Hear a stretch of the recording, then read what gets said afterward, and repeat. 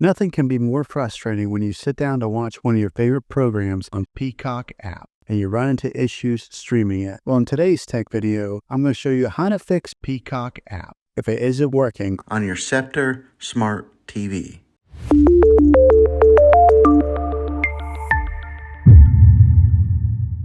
Let's see if we can fix your problems and get your Peacock App back up and running as quickly as possible. The first one, it's the easiest one to try, and that's to unplug your TV from the wall outlet and wait 60 seconds. Now, don't be impatient here. Wait the whole 60 seconds, then plug it back in. This is very different from turning your TV on and off with your remote control. This is what we call a hard reset of your TV, so make sure you do this method. If that doesn't work, then find your router that is giving you Wi-Fi and unplug the power to that for 60 seconds. Then plug it back in. If it fixes it, great. If not, let's go ahead and move on to the next method. Try deleting Peacock App on your TV. Go to wherever the apps are located on your system and remove the app altogether. Then reinstall Peacock App again. After you reinstall it, you might have to log back in with all of your credentials, but hopefully this will work. And if that doesn't work, then I recommend buying an affordable Roku stick, Fire Stick, or Apple TV 4K and plug that into your TV and use that as your main streaming player, and you'll be able to access Peacock App that way. I'll put links in the description down below of where you can get one. There you have it, folks.